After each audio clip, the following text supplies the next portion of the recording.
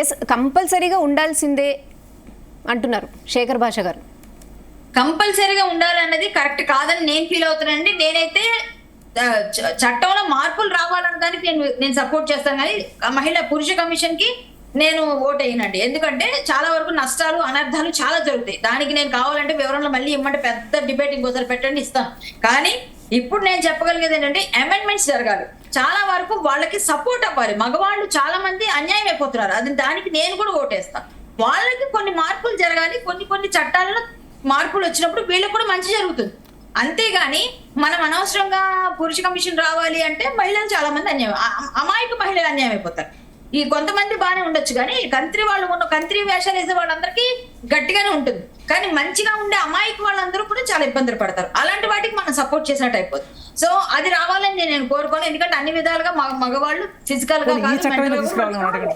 సరే అమ్మా, పురుషుల కమిషన్ సంగతి పక్కన పెట్టేద్దాము. నేను ఇది మిమ్మల్ని అడుగుతున్నాను, తల్లిని దూషించిన వాళ్ళకి, తల్లిని నీ అమ్మని డాష్ డాష్ డాష్ అని చెప్పి తిట్టిన ఏ ఆడదైనా కావచ్చు, మగవాళ్ళకి ప్రస్తుతానికి శిక్షలు చూస్తున్నాం.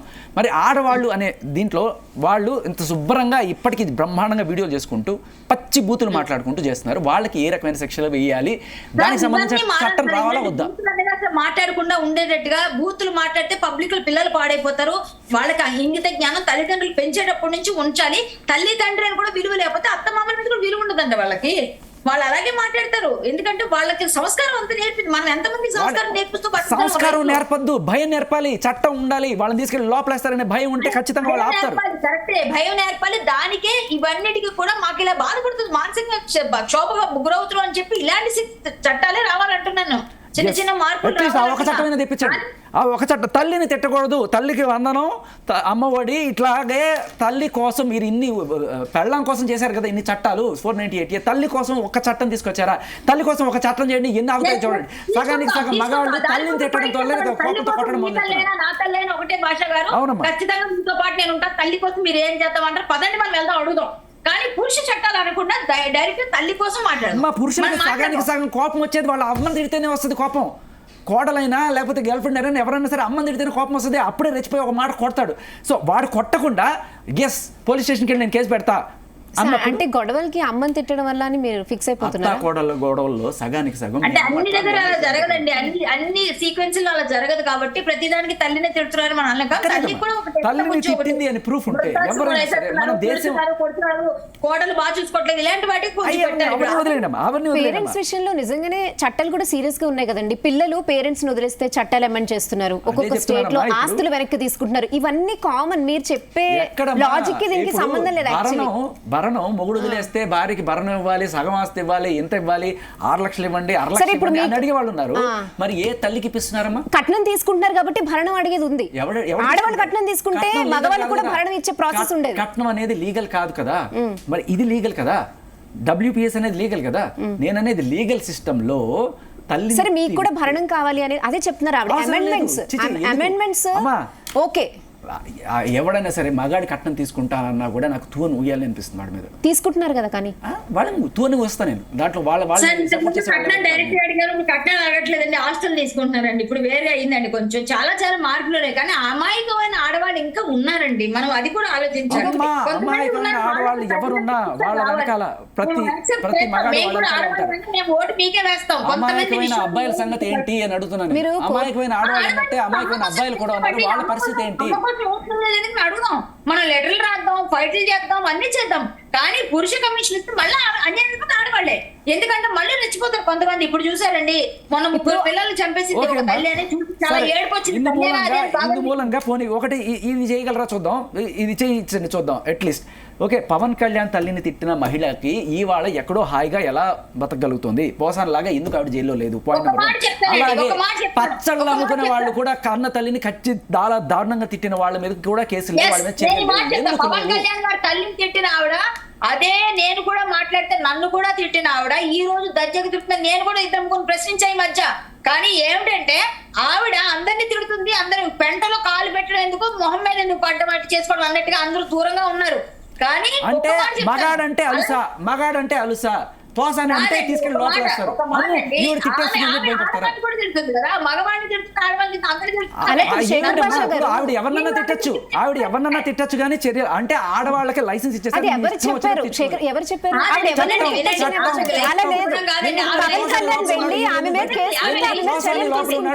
బయట ఉంది. సింపుల్ ఎగ్జాంపుల్, పవన్ కళ్యాణ్ ఆమె మీద కేసు వేస్తే చర్యలు తీసుకుంటారు. ఆయనే వదిలేశారు. పవన్ కళ్యాణ్ కేసు పెట్టలేదు, సుమోటోగా వెళ్ళి పెట్టారు చాలా మంది. ఇప్పుడు కూడా మీరేం తొందరపడకండి, ఇంకా ఉంది ఆవిడకి, తొందరపడుతున్నారు, ఇంకా టైం ఉంది ఆవిడకి.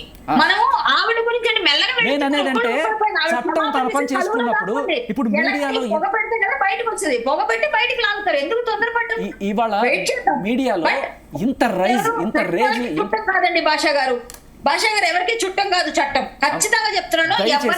దయచేసి ప్రోగ్రామ్ జరగాలి, కొన్ని జరగాలి, తల్లి కోసం జరగాలి, చెల్లి కోసం జరగాలి, భార్య కోసం జరగాలి. లేదమ్మా, ఇక్కడ భార్యకి మాత్రమే జరుగుతుంది న్యాయం, ఇంకా తల్లికి తల్లికి జరగట్లేదు. భార్యకి జరుగుతుందని మీరు ఎలా చెప్తారు? ఎన్ని కేసులు నేను చూసారు మీరు? న్యాయం జరుగుతుందా లేదా అనేది కాదు, కొన్ని లక్షల కేసులు. భార్యకి న్యాయం జరుగుతుందా లేదా అనేది జరుగుతుంది. చట్టం ఉన్నంత మాత్రమే భార్యలు సుఖంగా ఉన్నారు ఉండాలి కదా. భార్యకి న్యాయం జరుగుతున్నారు కదా, మరి నేను ఒక భార్యగా నేను బాధపడిన దాన్నే, మరి నాకెందుకు న్యాయం జరగలేదంటారు? నేను ఎందుకు అడగలేదంటారు? ఎందుకంటే కొన్ని విషయాల్లో కొన్ని వేరేగా జరిగినప్పుడు అలాంటి వాళ్ళతో మనకు అనవసరం, మనమే కొన్ని స్వచ్ఛందంగా వదులుకుంటాం. అందరు భార్యలు మీ ఆత్మాభిమానానికి, మీ ఆత్మగౌరవానికి నేను సెల్యూట్ చేస్తాను, దాంట్లో డౌట్ లేదు. కానీ అందరూ మీలా లేరమ్మా, అందరూ మీలా లేరు. చాలా మంది డబ్బులు ఎలా గుంజాలి, లేకపోతే వీడిని ఎలా సాధించాలి, అలాంటి వాళ్ళకి డెఫినెట్ గా శిక్షలు ఉండాలి అని మేము కూడా ఉండాలి. ఇప్పుడు అతుల్ మీద ఆడవాళ్ళు జాలి పడలేదంటారా? అతుల్ సూసైడ్ చేసుకోవడానికి మేము కూడా సపోర్ట్ చేయట్లేదు. మీ జాలి ఎవరికి కావాలి? నాకు కావాల్సిన చట్టం, నాకు కావాల్సిన ఒక సిస్టమ్. ఇప్పుడు ఆయన ఎవరి వల్ల సఫర్ అయ్యారు, వీడియోలు ఎవరు జరుగుతుంది అంటున్నా. సిస్టమ్ కావాలని మేము కూడా అంటున్నాం, వద్దని అనట్లేదు. కానీ భార్యలు మళ్ళీ కూడా కొంత అమాయక ఆడపిల్లలకు మళ్ళీ ఇబ్బంది కలిగితే మళ్ళీ అది కూడా క్యాన్సిల్. సరే, ఇంకొకటి ఓకే కళ్యాణి గారు, శేఖర్ భాష గారు, ఇప్పుడు కళ్యాణి గారు ఒకసారి వినండి. మీరు శేఖర్ భాష గారు మెన్ కమిషన్ కావాలంటున్నారు, హీ టీమ్స్ కావాలంటున్నారు కదా. సో మెన్ కమిషన్ ఉంటే 100% మగవాళ్ళకి న్యాయం జరుగుతుంది అని ఫీల్ అవుతున్నారా? ఎందుకంటే ఉమెన్ కమిషన్ ఉంది, అయినా కూడా ఉమెన్ కి న్యాయం జరగట్లేదు. ఓకే, న్యాయం జరగడం అన్యాయం జరగడం ఫస్ట్ పాయింట్ కాదు. అట్లీస్ట్ చావులు ఆపడం, అట్లీస్ట్ ఒక అతుల్ సుభాష్ చచ్చిపోకుండా ఇవాళ ఉండగలిగాడు అంటే వాడు వెళ్ళి ఒక కేసు రిజిస్టర్ చేసుకొని, భయ్యా మీ కూడా మేము వింటాం, తర్వాత న్యాయం చేస్తారా లేదా అనేది సబ్జెక్ట్. సరే, కానీ అట్లీస్ట్ వినడానికి ఒక ఆడవాళ్ళ విషయంలో ఎన్ని చావులు రోజుకి మీకు తెలుసా? ఎంతమంది చనిపోతున్నారు? ప్రతి చనిపోయిన అమాయక స్త్రీకి న్యాయం జరగాల్సిందే. దీంతో పాటు దాని గురించి కూడా ఫైట్ చేస్తారా? దానికోసం చట్టాలు చేసుకున్నాం కదమ్మా. ఒక చట్టాలు ఉన్నాయి కానీ న్యాయం జరగట్లేదని ఆడవాళ్ళు ఇంకా చట్టాల గురించి పోరాటం చేస్తున్నారు. న్యాయం జరగట్లేదు. మీరు అన్నారు కదా చట్టం ఉంటే భయపడతారని. రేపులు ఆగుతున్నాయా? యాసిడ్ దాడులు ఆగుతున్నాయా? ఏం ఆగుతున్నాయి? ఆడపిల్లల్ని చంపడం, పురుట్లోనే చంపుతున్నారు. ఇవన్నీ ఆగిపోతున్నాయా? మీరు నిజంగా చట్టం వస్తే ఇవన్నీ ఆగిపోతాయి. అతుల్ సుభాష్ చచ్చిపోవడం ఆగిందా? నిన్న చచ్చిపోయిన ముగ్గురు పిల్లల తల్లి అక్రమ సంబంధం పెట్టుకుని ఇటువంటి వాళ్ళు లేరా? సరే, ఆమెను ఎవరైనా ఏ ఆడదైనా సపోర్ట్ చేస్తారా? మీరు చెప్తున్నారు ఆవిడ్ని ఉరి తీయాలంటారు. ముగ్గురు పిల్లలు చంపేసి అసలు ఆవిడ సుఖం కోసం ఆ భర్తని అంత ఇదిగా చేసిన మోసం, అలాంటి వాళ్ళని అస్సలు క్షమించకూడదండి. ఉరి తీయాలి పబ్లిక్, అలాంటి శిక్షలు రావాలి. ఇప్పుడు ఇక్కడ ఇంకొక డిబేట్ స్టార్ట్ అవుతుందమ్మా. ఈ కోణంలో మీకు గమనిస్తే ఒక చిన్న స్టాటిస్టిక్స్ ఇస్తా. మగవాళ్ళు రేపులు చేసిన వాళ్ళు చాలా మంది ఉన్నారు. ఓకే, అంటే వయోభేదం లేకుండా పోక్సోళ్ళు చేసిన వాళ్ళు కూడా ఉండుండొచ్చు. కానీ అంటే కన్న బిడ్డల్ని చంపేసిన వాళ్ళల్లో మీరు స్టాటిస్టిక్స్ ఇస్తే చాలామంది ఆడవాళ్ళు వాళ్ళు చచ్చిపోతూ బావిలో దూకేటప్పుడు కన్న పిల్లల్ని కూడా తీసుకెళ్ళి దూకిన వాళ్ళు, అలాగే నిద్రపోతున్నప్పుడు ఇలా పిల్లల్ని చంపేసిన వాళ్ళల్లో తల్లులే ఎక్కువ ఉన్నారు తప్ప తండ్రులు లేరు. ఇది పచ్చి నిజం. కాకపోతే ఇక్కడ మనం కస్టడీ గురించి మాట్లాడితే భార్యాభర్తలు విడిపోయేటప్పుడు జనరల్గా కోర్టు ఏం చేస్తుంది? బై డిఫాల్ట్ తల్లి మంచిది, తల్లికి ఇవ్వండి. అలా ఏం లేదు. నో, ఇది చట్టం. పిల్లల్ని అడుగుతారండి. చిన్న బేబీస్ అయితే తల్లికి ఇస్తారు. ఒక ఏజ్ మెచ్యూరిటీ వస్తే మరి ఇటువంటి తల్లులు ఉంటున్న సమాజంలో ఇవాళ ఇప్పుడు మీరు చెప్తున్నారు కదా, తల్లి పిల్లలతో పాటు అదే తను చచ్చిపోతూ పిల్లల్ని చంపేస్తుందని. అంటే అక్కడ ఆమె కూడా చనిపోతుంది కదా, ఆమెకి నమ్మకం లేకే కదా ఆమె చనిపోతూ ఆమె పిల్లల్ని చంపేస్తుంది. నిజంగా ఆమెకి వీళ్ళు అన్యాయం అయిపోతారు, వీళ్ళు నా వల్ల తప్ప బతకలేరు, నా పిల్లలు అన్యాయం కాకూడదని ఆ తల్లి ప్రేమతో కొంతమంది చంపేసుకున్న తల్లులను చూసాం, కొంతమంది ఒళ్ళు బలుపెక్కి నిన్న చేసినట్టుగా చేసిన వాళ్ళు కొంతమంది చూసాం. ఏదైనా ఇందులో మంచి చెడు ఆవిడ రెండు బాధ ఉన్నాయి. ఏదైనా, కానీ ఆవిడ బాధ ఒకటండి, ఏదైనా, వీడికి నూరేళ్ళు బతికే హక్కు ఉందా లేదా? కాలర్ ఉన్నారంటే మాట్లాడదామా? తీసుకెళ్ళిపోయింది. నీలకంఠేశ్వరరావు గారు. ఎక్కువ కేసులు నీలకంఠేశ్వరరావు, కళ్యాణ్ గారు ఒక్కసారి